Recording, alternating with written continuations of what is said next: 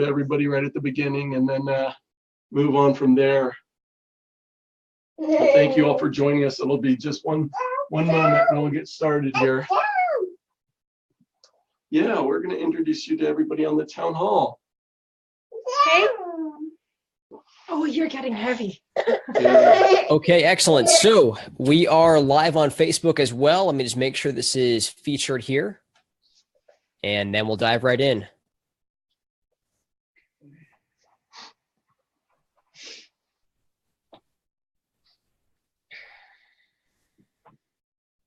Okay, awesome. We are all set. Let's go ahead and jump in. Michael, are you good to go? Yeah, I believe so. Can you see us and hear us okay? Yep, fantastic. It looks good. Well, I want to welcome everybody out there who's joining us from all over the state of Idaho. It's really great to have you all here with us today. Feel free to get your questions ready to go. We're going to go ahead and cover as much as we possibly can over the next hour here. So feel free to share it with your friends, get it out there. And like I said, get those questions ready to go. We'll be diving into those here shortly. So it's my pleasure to introduce Michael Snyder and his family, who's running for U.S. Congress here in the 1st Congressional District in Idaho. And he is an amazing patriot and conservative, and definitely by far the only one who can bring true change to Washington in this race. And so I'm excited about it.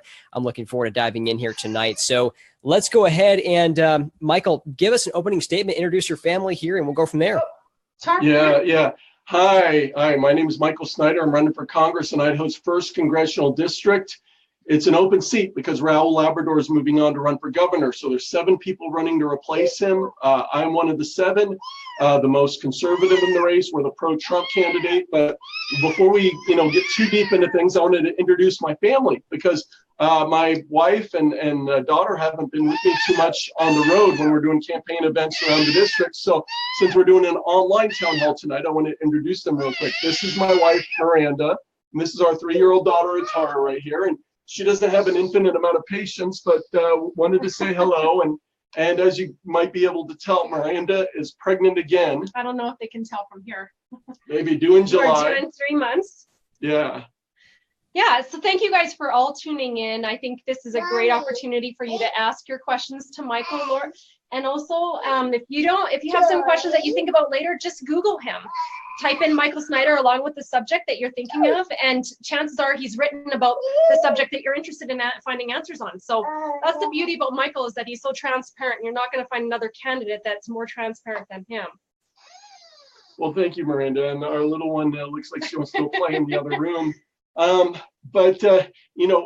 My respect for anyone that runs for office has really gone up throughout this process, because as a family, we just realized, the sacrifice of time, effort, energy, everything that goes into this. And so, in fact, we're about to go off on another campaign tour down to South Idaho, and Miranda will be home taking care of Atara, taking care of the house. Plus, she's pregnant at the same time, trying to keep everything going here while I'm off, running around on the campaign trail. So I just want to thank Miranda and Atara for their patience through this process. Without them and their support, this certainly wouldn't be possible. So I'm very, very thankful for them. Well, I hope you guys have a good time tonight. Well, thank you. I'm going to run off. So see you. All right. Thank you. Okay. Fantastic. Well, thank you very much. Let's close the door here. So thank you all for joining us tonight. And we want to, any questions that you have, please submit them through Facebook, and we'll try to answer as many as we can. Do we have any questions yet, Christian? Mike, we most definitely do. In fact, if you don't mind, I'm going to go ahead and start rolling through the questions that have already been pre-submitted through email here for the event. And one of the very first ones here is from Chris. He's asking about this whole big movement that's happening down south in Mexico, this caravan of illegals coming up and demanding access to the United States and feeling like they've got the right to come in here and be able to do what they want. And so how do you feel about that? What can the federal government do about it? What should we do about it? And how would you take action on that in Congress? Yeah, this caravan needs to be stopped. And I was encouraged that Mexico is actually doing something about it now after pressure from the Trump administration, because people cannot come and demand to come into this country illegally. That's not how it works, for decades. But see, for decades, people have been used to us having a completely backwards policy on immigration, where for decades the front door, people who want to come in legally It's super complicated. It takes forever. It's incredibly expensive. I've actually helped someone through the process. It's a nightmare. But meanwhile, we've left the back door completely wide open for whoever wants to come in, whether it's drug dealers, gang members, Islamic terrorists, people that want to abuse the system. Whoever wants to come in, we said, come on in the back door, come to our sanctuary cities. You know, you'll be protected from the federal government. And thankfully now we have a President Trump, that is saying, no, we're not going to do it this way anymore. And that's why he wants to build a wall, which I support. And that's why he wants to increase border security, is sending the U.S. military to the border to stop this caravan and to strengthen security on the border, which I think is very appropriate. And see, that's part of the Trump agenda. When Donald Trump announced he was running for president, my wife and I were thrilled. We were supporters of his from the very beginning, unlike all the other major contenders in this race who originally wanted somebody else. But he set forth an agenda that electrified America, that resonated with people like us, people like you guys, that he wanted to crack down on illegal immigration. He wanted to do something about our unbalanced trade. He, all the things that he was talking about on the campaign trail that Congress isn't allowing him to do, like repealing Obamacare, which Congress is keeping him from doing, like building the wall. So that's why we are a pro-Trump campaign. You might notice from the signs on the wall, we're very openly saying, hey, vote pro-Trump. We're going to go to Washington and we want to implement this agenda that President Trump set forth, that so many people love that agenda when he ran for president in 2016. And we want to go to Washington and help President Trump implement that agenda. Awesome. Sounds great. Let's go ahead and dive into the next question here. And just a quick notice for those of you who are just now popping in, whether you're watching live on Facebook or you're watching here on the Zoom platform, if you're on Zoom, feel free to go over to the chat box. There is a chat box. If you hover over your screen, you'll see that. Feel free to go ahead and submit your questions there. And for those of you on Facebook, just put your comments and questions in that comment box, and we'll get to those as soon as we can. Okay, on to the next question here. So, Michael, there's been a lot of talk, in the media right now about the gun-free zones, about firearms and restrictions and age limits and things like that. And so Mary wants to know, where do you stand on gun-free zones? Where do you stand on this craziness happening in the media right now over banning firearms and limiting the age and things like that? Yeah, when it comes to that issue or any other issue, we always have to go back to the U.S. Constitution. Of course, the Constitution has been trampled on for decades, and in Washington, they just ignore it much of the time. So, but in terms of what does our Constitution say about guns? It's in the Second Amendment. It says the right of the people to keep and bear arms shall not be infringed. Unfortunately, there's a whole lot of infringing going on, and we saw what happened in Florida. It was a great tragedy, and the left immediately wanted to politicize it and use it as an excuse to try to grab our guns, advance the cause of gun control.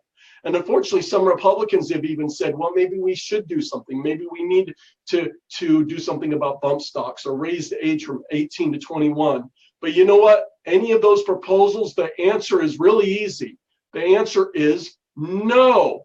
Because if you want anything like that, you would have to change the Constitution, because the Constitution clearly says that the right of the people to keep and bear arms shall not be infringed, ever.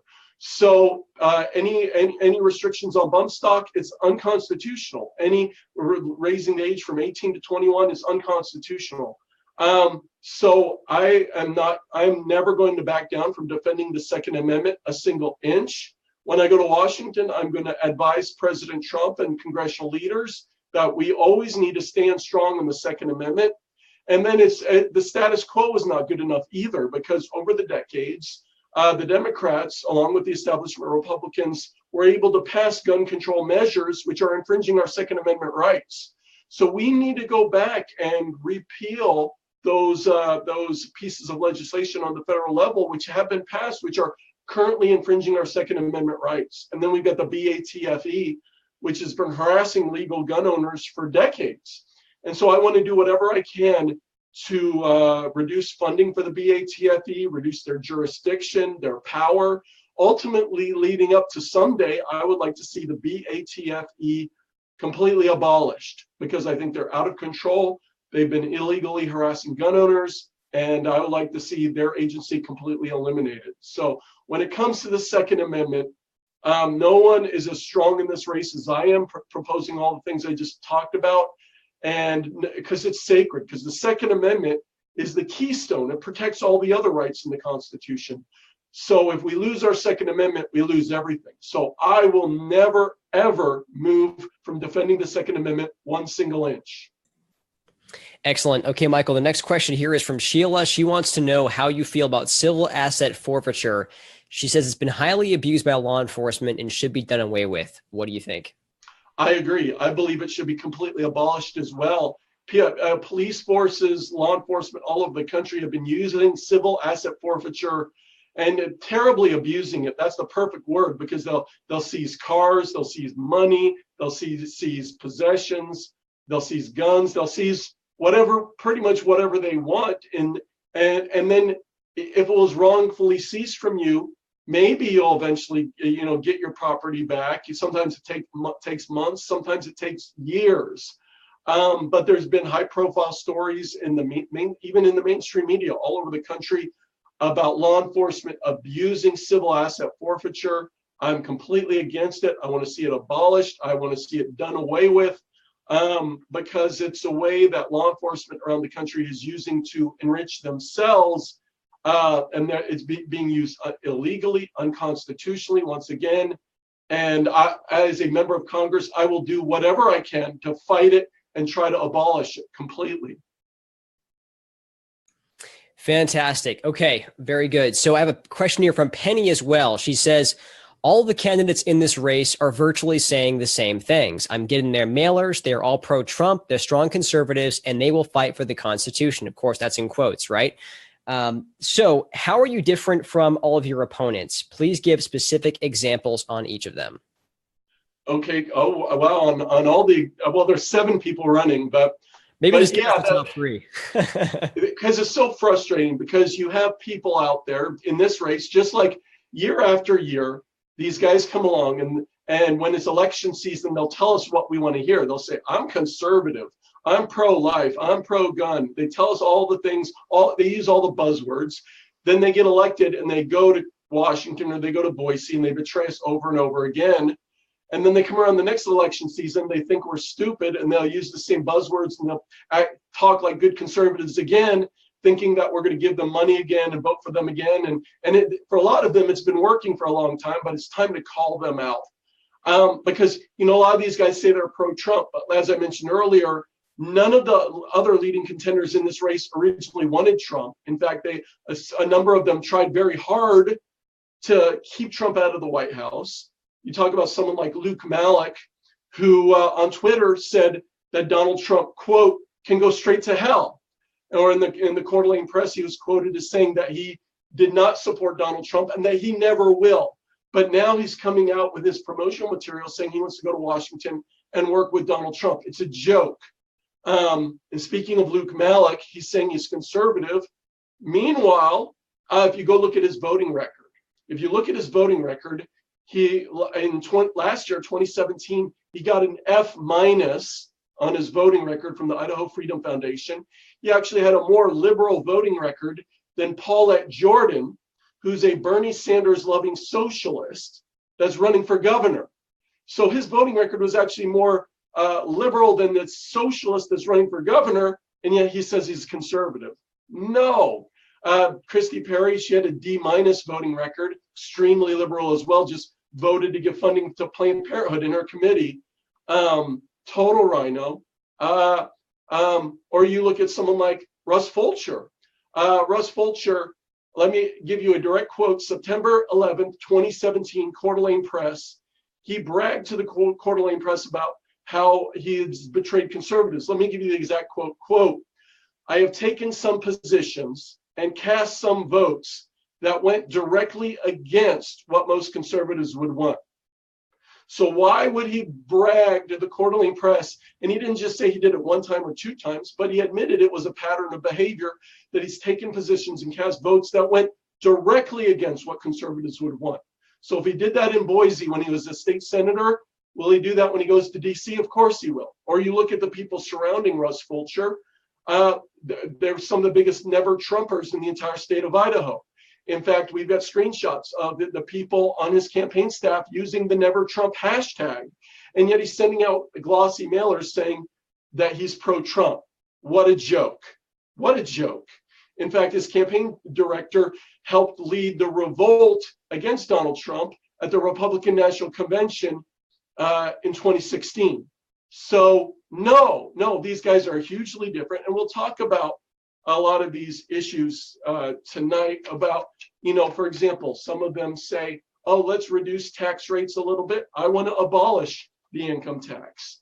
A lot of them say they're pro-life, but I've taken a pledge where I'll never, ever, ever vote for any bill that includes any funding for Planned Parenthood whatsoever. Another pledge I've taken is I'll never go to Washington, D.C. and make these phone calls where members of Congress are told that they should spend 4 hours a day on the telephone raising money. As a new member of Congress, I'd be expected to raise $200,000 for the NRCC. I'm the only candidate to make a pledge not to make those phone calls. Apparently, the other guys want to sit on the phone 4 hours a day making those calls so they can raise that money so they can stay in the good graces of party leadership. And there's so many other differences, but I would challenge you to do this because I don't want to take up all night with this question. Get one of our brochures or go to michaelsnyderforcongress.com. Compare what we believe on the issues with the other guys. And when you do, you'll come to the same conclusion everybody else has. In fact, the Coeur d'Alene Press says we're the most conservative candidate in this race. And I've never had a single voter after making that comparison come back to me and say, you know what, Michael, I actually think one of the other guys is more conservative than you. In the whole year that we've been campaigning, I've never had that happen a single time because we are the most conservative in this race. And if you compare on issue after issue after issue, we're more conservative on issue after issue than the other guys. So, and I'm sure tonight we'll talk about more of the issues. But it's not just the stands on the issues where there's a huge difference in substance, but there's also a huge difference in style. Where the other guys, they're professional politicians. They've publicly said they're not going to go to Washington, D.C. and stand up to Republican leadership. They're not going to go to Washington, D.C. and rock the boat. They plan to go be part of the system, try to work the system to make things marginally better for the people in the state of Idaho, while our approach is completely different. I've been very open about the fact that I'm going to Washington not to be a cog in the system, but I'm going to Washington to turn the system completely upside down, to take our government back, because people hate Congress. Congress has a 15% approval rating. In fact, I was at a meeting last night in Shoshone County. I asked the people there, if anyone there approves of the job Congress is doing, raise your hand. No one raised their hand. And the meeting before that I did in Moyer Springs, same thing. I asked the same question, nobody raised their hand. These were Republican audiences, and Republicans are in control of Congress, but no one approves of the job Congress is doing. So we're going to end the corrupt way Congress is doing things right now, to turn over the tables and to take Congress back for the American people, because the American people are sick and tired of what's going on in Washington. And we're the only ones that are committed to going to Washington and restoring our constitutional republic, no matter what it takes. Michael, your next question here is coming from David. David says, how will you fund the government if you get rid of the income tax? Well, that's a great question. And of course, I'm not the first one to propose this. If you guys remember Helen Chenoweth, who actually held this seat in Congress for 3 terms, and it was on her platform to abolish the federal income tax. Or Ron Paul, when he ran for president, he proposed abolishing the federal income tax. So if we got back to this, if we got back to the Constitution, we'd be just fine, actually, because the federal income tax only accounts for about 46% of all federal revenue. So if we shrunk the federal government down to the size that the Constitution says it should be, we would be fine. But if we can't do that in the short term because of resistance from Democrats and establishment Republicans, well, we could at least go to a flat tax or a fair tax or some other form of taxation that's much simpler, much fairer than what we have today, because what we have today is horrible. And I actually once spent an entire year studying the tax code, and I learned that it's over 2 million words long, and the regulations are over 7 million words long. So together, it's about 10 million words, close to that. And it's horribly complex. It's a total joke. And at the end of that year studying our tax system, I came to the conclusion that the best thing we can do with it is throw it in a shredder and start over. So we need an entirely new system, an entirely new way of raising revenue for the federal government, getting back to our Constitution. And I think the better question is to throw out our opponents, ask them why they want to keep the current abominable system. What rationale do they have for keeping a system which requires Americans to spend billions of hours and tens of billions of dollars just to do their taxes? It's a horrible system, and there's no excuse for keeping it. Michael, we have a very interesting question here from Mark. He says, it's been proven that our Fourth Amendment privacy rights have been abused by Facebook and Mark Zuckerberg. He's wanting to manipulate the midterm elections. Some news has come out about that recently. Will you sue the state of Idaho if you find evidence of voter fraud? Oh, will I? If there's evidence of voter fraud, we are going to do whatever we can if we find evidence of voter fraud. Because without our vote, what do we have? What power do we have to change government, to govern ourselves, if we don't have a legitimate and fair vote? So voter integrity is very near and dear to our hearts. We actually have talked about this with the Secretary of State and gotten his thoughts on the matter. And we actually have a very good Secretary of State, Lawrence Denny. So we're very thankful for him, and he keeps a close eye on these things. But we've also recently talked with an attorney friend of ours about voter integrity, and this attorney has been looking into these things for years. And so we're very concerned about voter integrity, and any sign of voter fraud, we are going to be on top of. Now, beyond that, it was mentioned Facebook, very concerned about Facebook and other internet companies, the intrusiveness into our lives, and then the censorship on Facebook, where these companies built an empire giving everyone a voice, but all of a sudden they want to censor only conservatives. And that's greatly alarming to me. They should not be allowed to do that. And I want to fight this censorship by Facebook and Google and YouTube on the federal level however I can, because it is wrong and it's a great threat to our First Amendment rights for them to do this. Now, beyond that, I want to talk a little bit about one of the greatest threats to our Fourth Amendment rights, and that's government spying. Right in my brochure, I say that I want to shut down Big Brother spying, because we've got agencies like the NSA, which are gathering up. I mean, today, whatever we do on the internet, whatever we do on our phone, all this data is collected and then sent to giant data centers. For example, like the new one that was built out in Utah by the NSA, the biggest data collecting facility on the entire planet, larger than anything that has ever been seen before. And it's to gather and collect our information, and then they'll pull it up if they ever want to take a look at it, if they're interested in us or need to investigate us. But I believe that's fundamentally wrong, that we have a right to privacy, and the government should not be collecting anything regarding our phone calls, our internet activity, unless they have probable cause to do so. So this is another example of how our constitutional rights are being trampled on. And I believe these federal agencies are out of control. And like Ron Paul or a Rand Paul or some of the other members of Congress in the past that have tried to stand up and put an end to this Big Brother spying, that's a red button issue with me. That's a hot button. And I'll do whatever I can to shine a light on it, and also to end illegal spying on American citizens, because it violates our constitutional rights. Excellent. Michael, your next question here comes from Shane. He says, how do you propose we deal with sanctuary cities in California's so-called sanctuary state? Yeah, well, I'm like President Trump, and I'm so glad the Trump administration is starting to crack down. But I believe that we need to start holding officials accountable. I'm talking about city council members, mayors, even Governor Jerry Brown trying to make his state a sanctuary state. Because, you know, the Constitution sets forth a very limited federal government. But one of the things the government is actually supposed to do is provide for the national defense and protect our borders. And it's got a role in immigration according to the Constitution.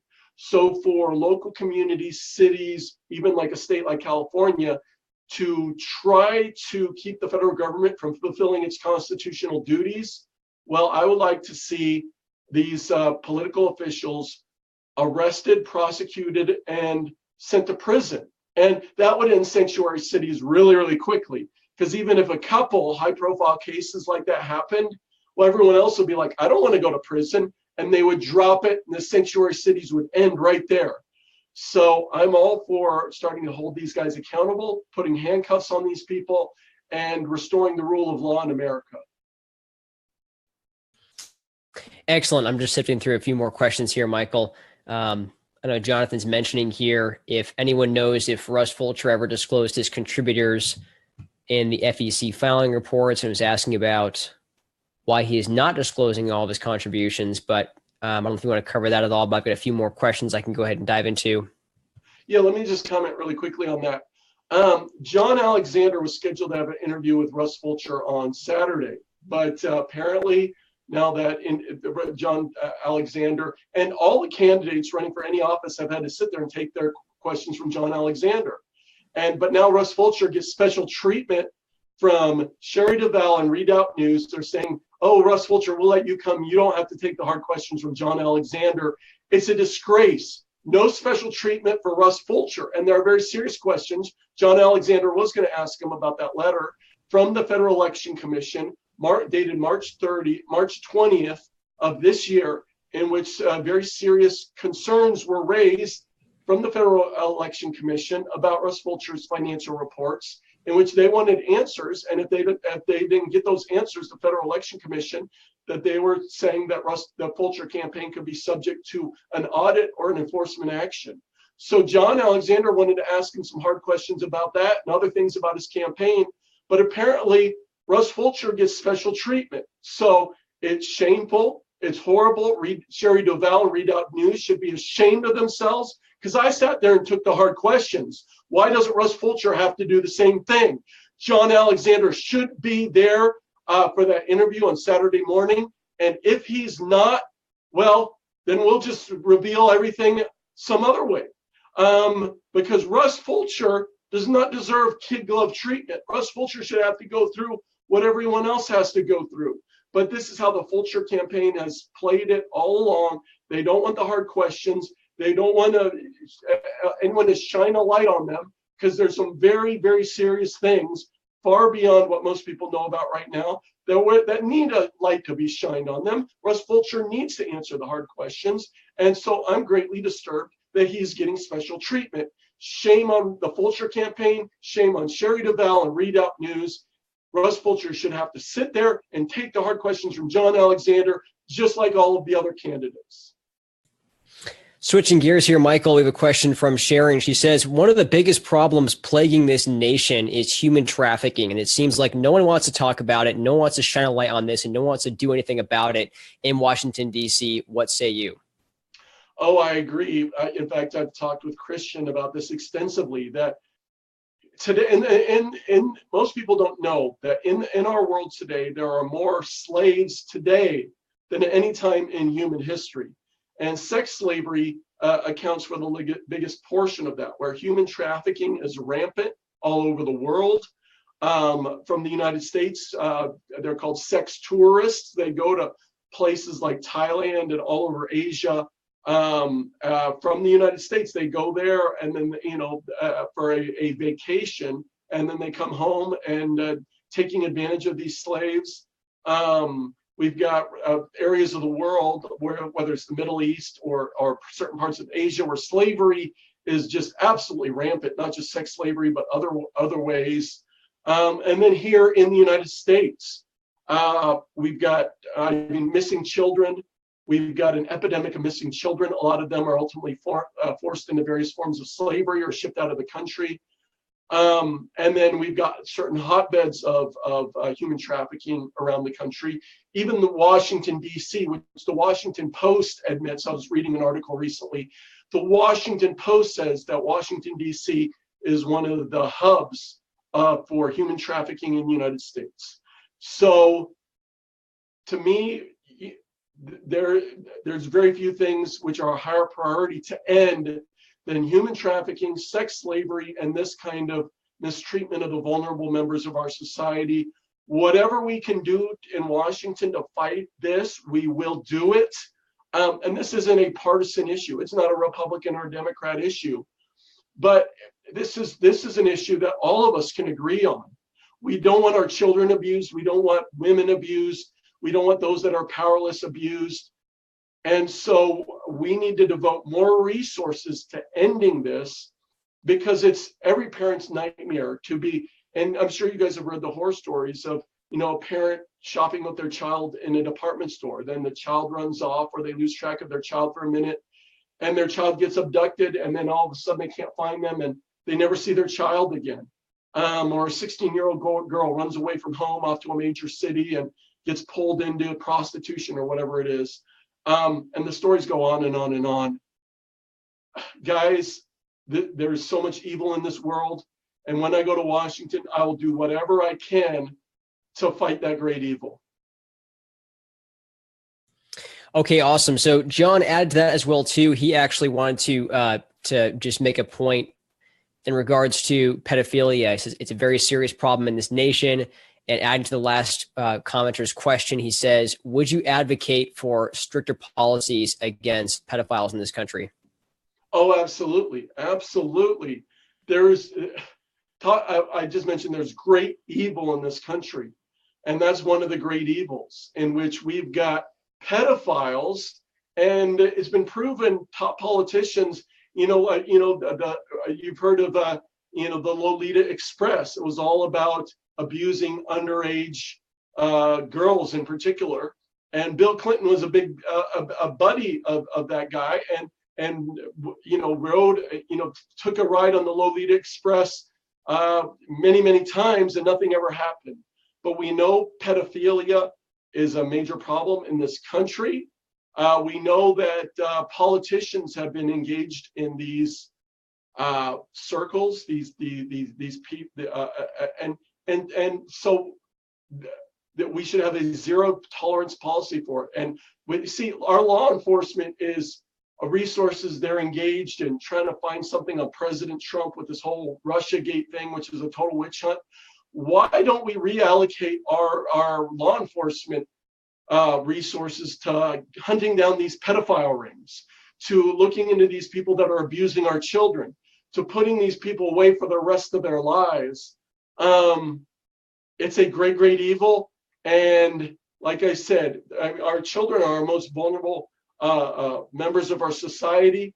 And whatever we can do to put an end to pedophilia and the abuse of our children, we're going to do whatever we can in Washington to end this, because it is a great evil, and we need to stop it. Okay, the next question here is from Tom. He says, I assume you're in favor of sound money principles. How would you support implementing a gold and silverback currency in Washington? Yeah, I am in favor of sound money.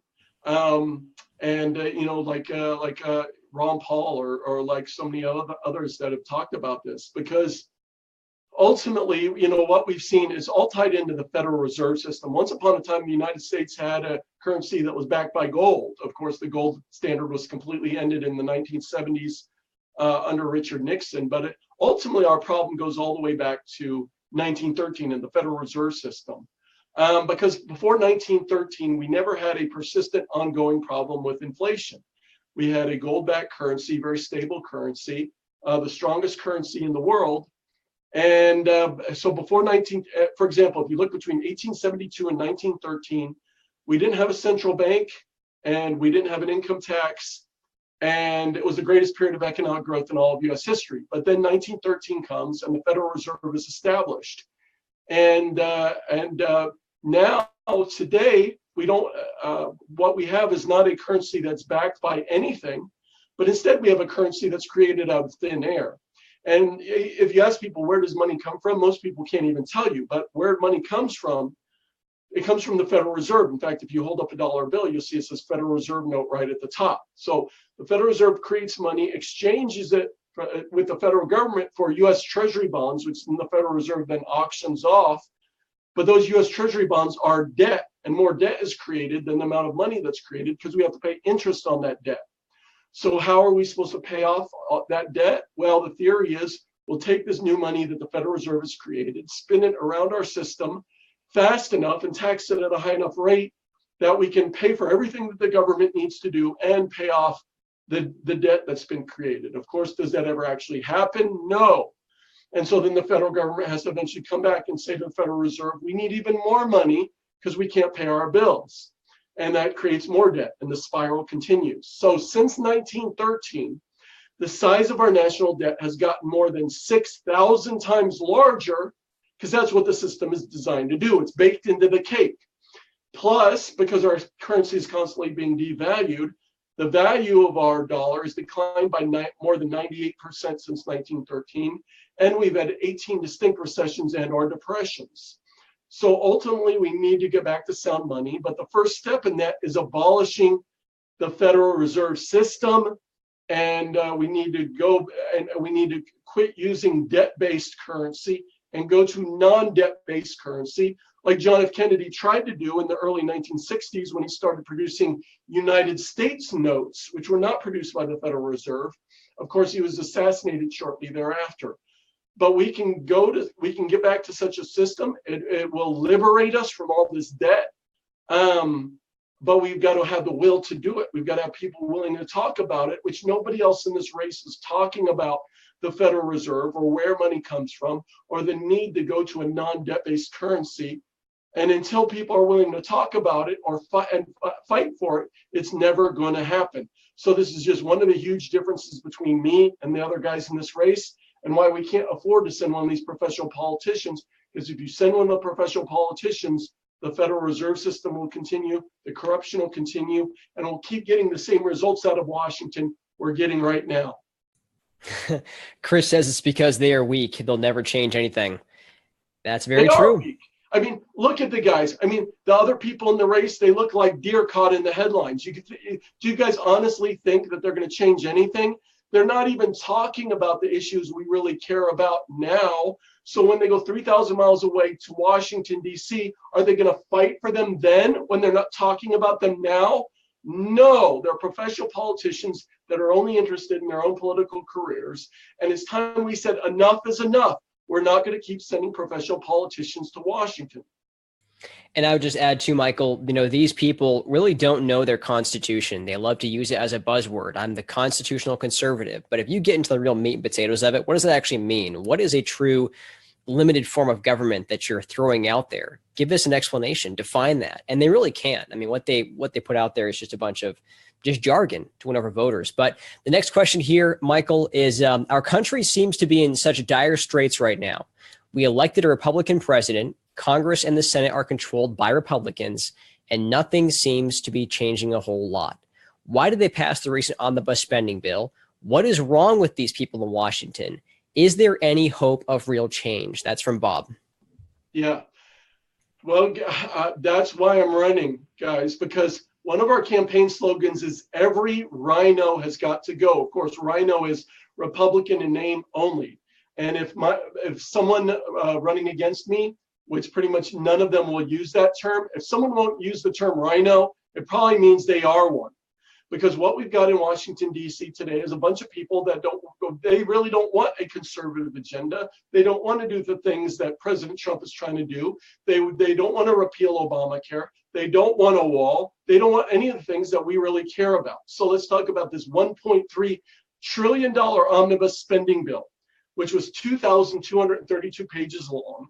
And members of Congress were given less than 24 hours to read it before they're expected to vote on it. That's the kind of thing Democrats used to do, but now Republicans are doing it. Now, if you look at the bill, fully funded Planned Parenthood, it had all kinds of liberal priorities in there, but other than a bump in military spending, conservative priorities were almost completely ignored. So it was an absolute abomination of a bill. And once it passed, Chuck Schumer and Nancy Pelosi were basically just about dancing a jig. They were so happy because they were like, wow, we didn't even get this kind of stuff through when Obama was president. But it was Paul Ryan's bill, and it was a nightmare. This is why Republican leadership in Congress has got to change. This is why I'm the only one in this race that has pledged that I will not vote for Paul Ryan for Speaker of the House. So you want to talk about a difference between me and the other guys in this race? Go ask them. Go ask them if they will promise to never, ever vote for Paul Ryan for Speaker of the House. Because in my opinion, he's got to go, not just from leadership, from Washington completely. Mitch McConnell's got to go. John McCain has got to go. And when I go to Washington, I will actively seek to overthrow the current Republican leadership in Washington, and I will actively campaign to see that they're defeated, in the primaries when they're running again. Because the current crop of people we have in Washington, they're never going to see things the way that we do. They're never going to advocate a true conservative agenda. So they've got to go. And of course, Rome wasn't built in a day. But this election cycle, we are helping to promote literally several dozen good pro-Trump and true conservative, true liberty people running for the House and Senate around the country, because we need a team to go to Washington and help President Trump get a true conservative agenda passed. But the guys that are there right now, it's time for them to go, and it's time to get rid of the current leadership. Of course, Rome isn't built in a day. It's going to be a process. But I'm going there to fight, and I'm going there to get rid of current Republican leadership, and nobody else in this race is saying that. Okay, the next question here is from Mark. He says, what is your assessment of all the monuments being taken down? The latest statue on the chopping block is President McKinley. Yeah, I think it's pretty ridiculous where they're tearing down history all over the country. And you look back throughout history, you've got the good, you've got the bad, but ultimately it's our history. But today, political correctness is running rampant in our country, and people are tearing down monuments on college universities. They've got speech codes. You're not supposed to use certain kind of words. Even places like New York City now, if you don't use the proper pronoun that people want to be known by, they've got these new pronouns for transgender individuals that start with the letter Z. I can't even pronounce them. Or if you don't let people use the bathrooms that they want to use, no matter how uncomfortable it makes everybody else. Even the 4-H clubs now, we were talking about this on one of our conference calls the other night, 4-H clubs around the country are getting politically correct directives about bathroom use and pronouns and so forth. It's, it's time for it to end. And that's why the American people sent Donald Trump to the White House, because they're sick and tired of this politically correct nonsense. I've been fighting political correctness the last 7 years as one of the most popular conservative authors in the country. We're sick and tired of this political correctness, and we're not going to put up with it anymore. And our history is our history. It should be respected.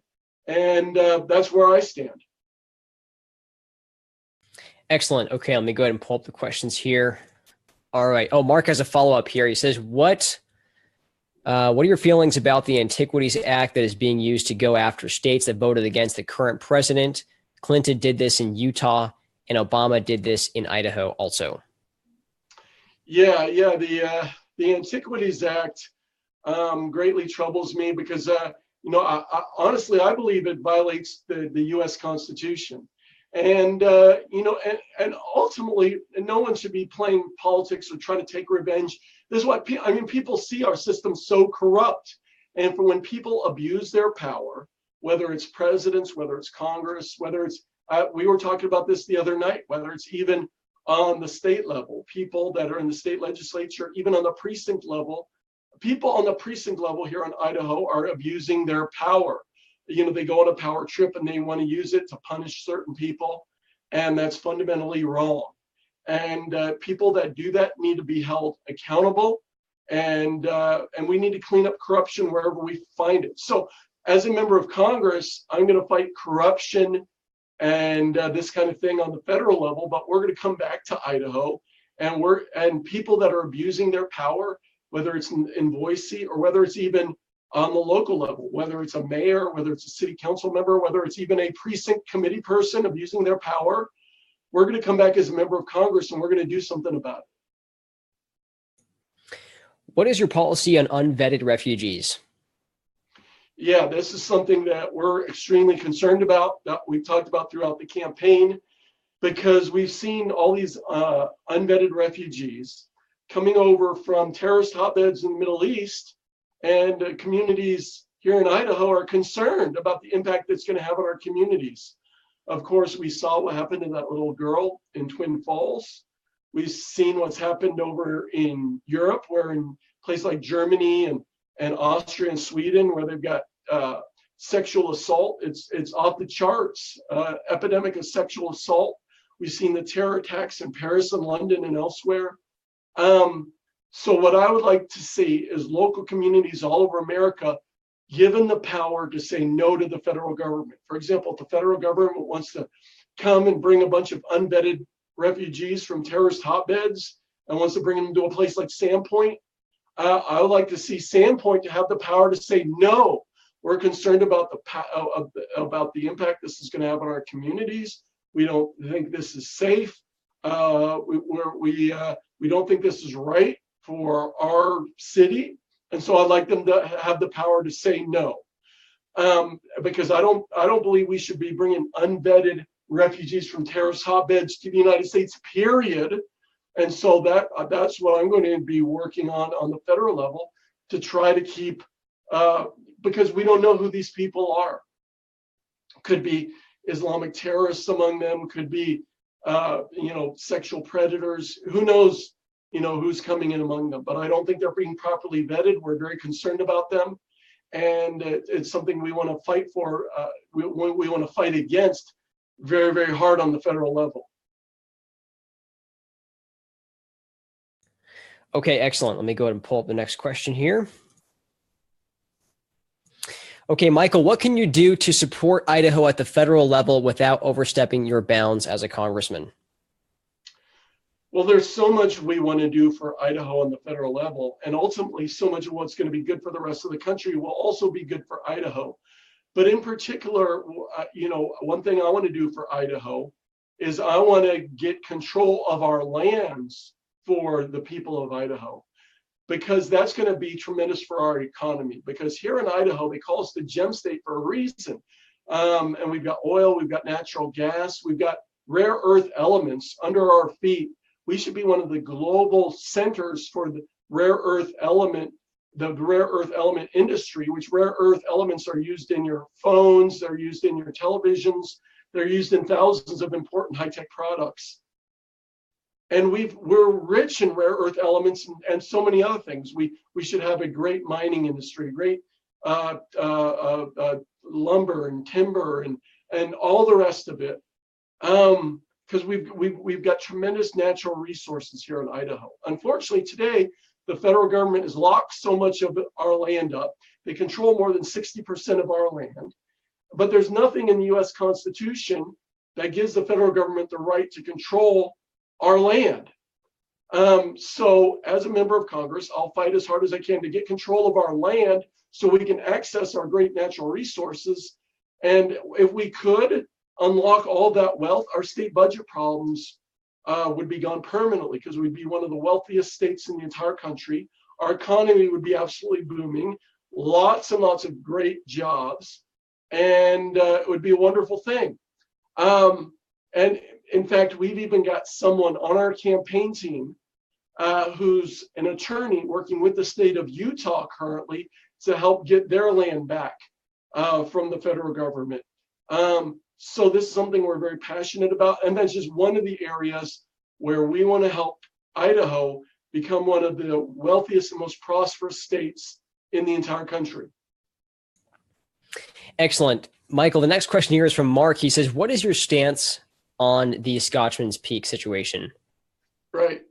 Well, once again, I'm totally against what the federal government's trying to do. Once again, I don't believe in the Constitution that the government the government has no right to control our lands. So I do not believe the federal government should be involved in Scotchman's Peak whatsoever, and I'll fight it as hard as I can.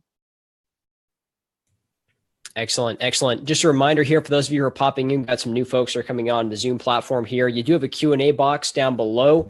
You just go ahead and hover over your screen. You can see that Q&A box. Click on that, type in your questions, and you'll be all set. I know some folks who are having trouble finding that. So anyways, feel free to go ahead and put your comments there, and we'll move forward. All right, let me go ahead and jump over here and get to the next question. Yeah. And of course, with a lot of these questions, I could talk about for a half an hour, but we're trying to get to as many questions as possible before about 7:15. But thank you guys for coming on tonight and asking your questions and participating. And we're going to be holding live events starting next Monday from South Idaho, then heading north. So wherever you live, keep your eye on our calendar, keep an eye on what we're doing. And if you can come out to one of these live events, please come out. And a great way to keep up with things, keep an eye on our official Facebook page. Just go to Facebook, type in Michael Snyder for Congress, and you can keep updated with what we're doing. And if you want to, especially if you want to get involved in the campaign, we need your help. Come out to one of these live events. We'd love to have you there. Awesome, Michael. The next question here is from Gail. She says, what does Michael think of the 5G network and the dangers of it? Yeah, I'm extremely concerned about the 5G network because most people don't even understand, because we went from 3G to 4G and it didn't seem like a big deal. And so people think, oh, this is just the next step in an upgrade of our cellular network from 4G to 5G. It won't be a big deal because people, most people don't understand. They haven't looked into it. But really, going from 4G to 5G, 5G is kind of essentially an entirely different universe where they're going to be putting these things everywhere, on traffic lights, on schools, on apartment buildings, because with 5G, you've got to have them virtually everywhere. And so you're not going to really have anywhere that you're going to escape this microwave radiation. And some people have compared it to kind of like being in a microwave oven at a very low level, but never being able to get out. So I'm very, very concerned about it. I'm against 5G. I would like to see 5G banned because there have been people that have pointed out the potential dangers to our health. And so I'm very concerned about 5G. I'm against 5G.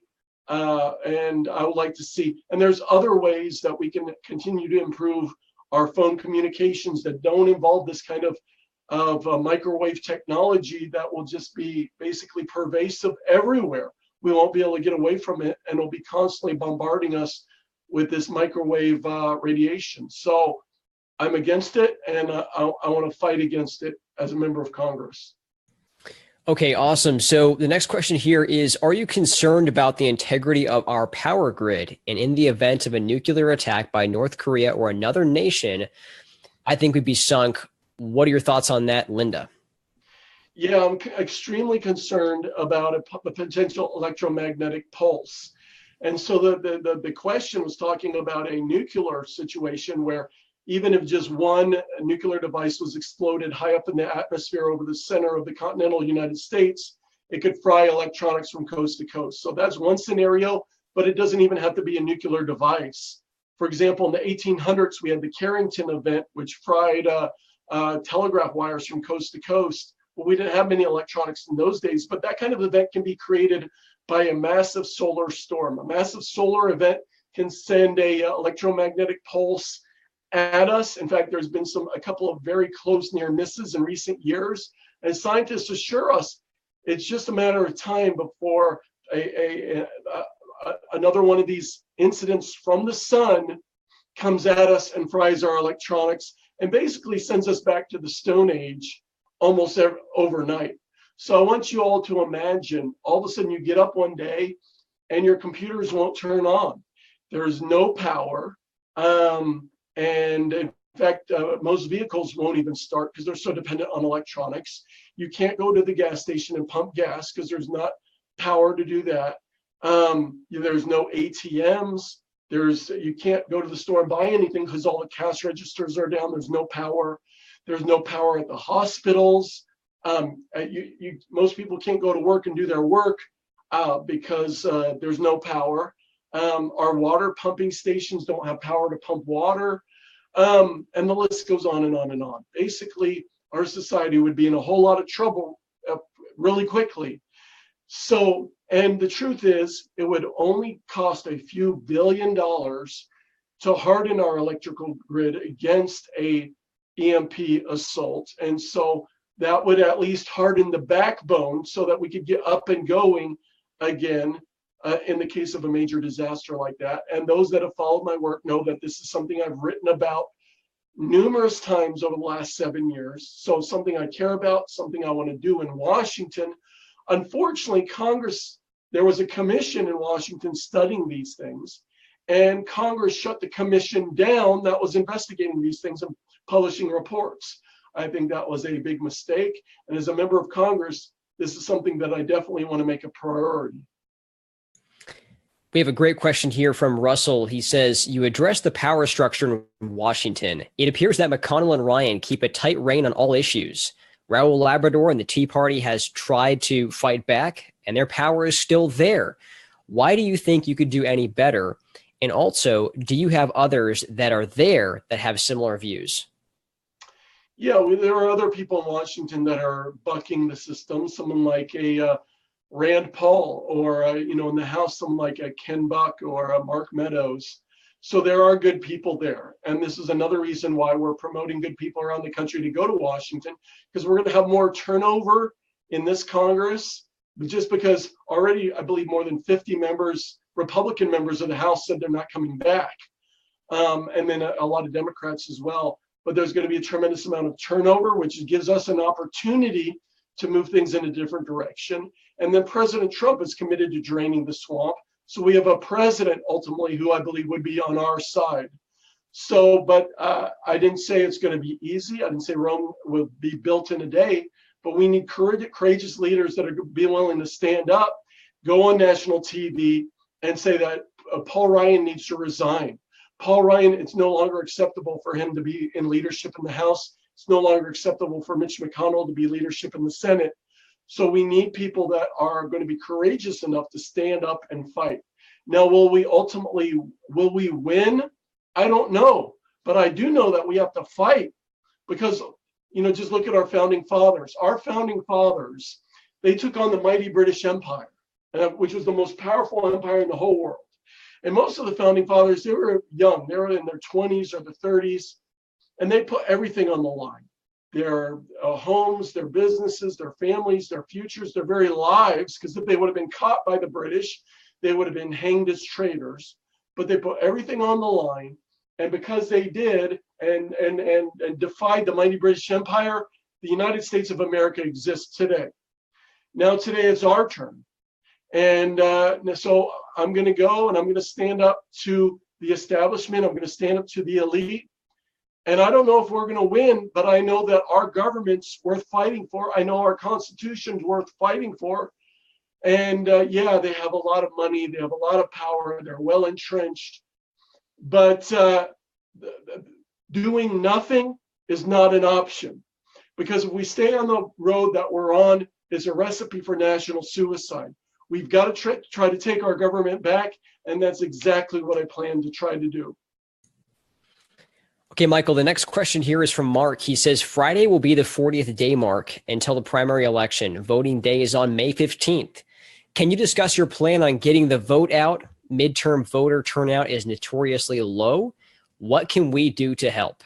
Yeah, that's a great question, because it's being projected that voter turnout for this primary will be somewhere around 20%. That means 4 out of every 5 Republican voters is going to stay home and not vote. So guys, if we can go out and we can just move 2% of that 80%, we don't even have to worry about winning over the people that are going to go out to vote, which we're one of the front runners right now. It's a super close race between 3 people that have a realistic shot at winning. We're one of the 3. The numbers say it's super tight right now. But if through our get out the vote efforts, we can get 2% of that 80% that would have stayed home to actually go out and vote for us, we will win, and it won't even be close. So that's our goal. Now, ultimately, voting day is not just May 15th, because around the district, depending on your county, early voting will begin either on April 23rd or April 30th. And so we're going to work very hard to get people to go out to vote. And all of you out there, on a very basic level, even if you don't have time and energy to devote to our Get Out the Vote efforts, which we're going to be laying out moving forward, everyone knows 10 people. So we're encouraging everyone to identify their 10 family members, friends, neighbors, people that on your email list, people that you know on social media. Go and tell them when they can go vote, where to go vote, and who to vote for. Say, hey, go out to vote for Michael Snyder for Congress, and then stay on them until they come back to you and say, okay, I voted. So if everyone that is part of our team gets their 10, we'll be in beautiful shape. Now, beyond that, we need help with going door to door. We need help with making phone calls. Even if you don't live in the state, we've already got people all around the country helping us with phone calls, helping us on social media, getting out the vote, the other things we're doing to help get out the vote, which I'm not going to go into complete detail here because we know there are spies from other campaigns who monitor what we do. So we don't want to give away all of our secrets tonight. But if you want to help, go to michaelsnyderforcongress.com or michaelsnyderforidaho.com and click on where it says volunteer, fill out the form, get back to us and say you want to help with getting out the vote. We will get you plugged in. Or you can write to me at michael@michaelsnyderforcongress.com and send me an email there and we'll get you plugged in. Excellent. Michael, let's go ahead and take one more question here and then wrap things up. This next question is from Ron. He says, Michael, this is a question of morals and ethics in our government. If a member of Congress or government, period, has been found to be stealing, lying, cheating, being bought off by elites or big corporations, or caught in sex scandals, should they be held accountable and what actions should be taken? Yeah, that's a great question. They need to be held accountable. Now, ultimately, today, our young people are looking at our government. They're looking at politicians that are getting away with murder, literally, and all kinds of other corruption. And they're seeing none of these top politicians are ever arrested, prosecuted, sent to prison. And so how can our young people have faith in our system if the rule of law is not upheld? So I want to go to Washington and help uphold the rule of law. So I'm the only one in this race talking about the fact that Hillary Clinton needs to go to prison. Whether you're talking about the classified emails, whether you're talking about Uranium One, the Clinton Foundation, or scandals going all the way back to the 1980s in Arkansas, Hillary Clinton needs to go to prison. Bill Clinton needs to go to prison, along with Huma Abedin, James Comey. The list goes on and on and on and on. There. Now, beyond that, we live during the time of the Me Too movement. We live during a time when light is being shined on our politicians like never before. And everyone in this race for Congress needs to go through a vetting process. I've submitted myself to some very hard questions. Others have too. We need to make sure that everyone has been faithful to their wives or husbands, which I have been. The other guys I'm running against need to answer those questions. We need to make sure that people are not covering up very serious substance abuse problems, which I have not had any. I'm not covering anything like that up. The people I'm running against need to be asked those questions. Because I will just let you know, there are people that I'm running against, which people think they're good conservatives, they're good, wonderful family people, but there are some very, very serious things in their background. They're trying to keep them hidden from the people here in Idaho, and that is a great betrayal of the people of Idaho. If you're running for office and if you're running for Congress and you're trying to hide great moral failings, if you're trying to hide tremendous scandals, if you're trying to keep things secret from the people of Idaho that they need to know, and you think you can sneak into Congress without ever telling anyone, that is a betrayal of the people of Idaho of the highest order.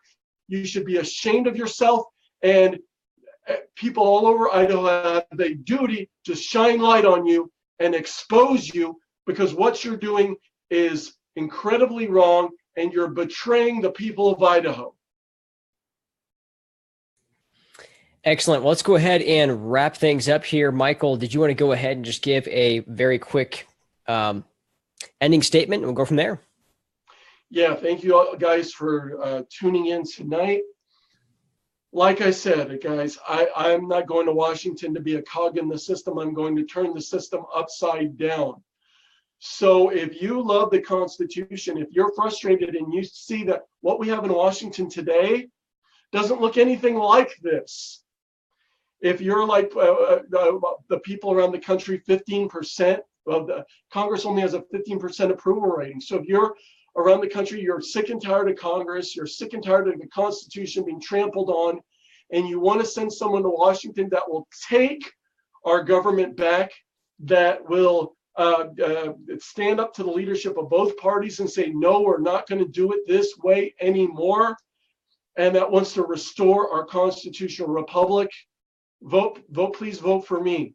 Because if we stay on the path that we're on, if we stay on the path of, since 1973, when Roe versus Wade was decided, 60 million American children have been killed in America's abortion mills. We're $21 trillion in debt. Our members of Congress are being bought and paid off. Total corruption. People hate our government, but they shouldn't, because our founding fathers created the best form of government on the entire planet.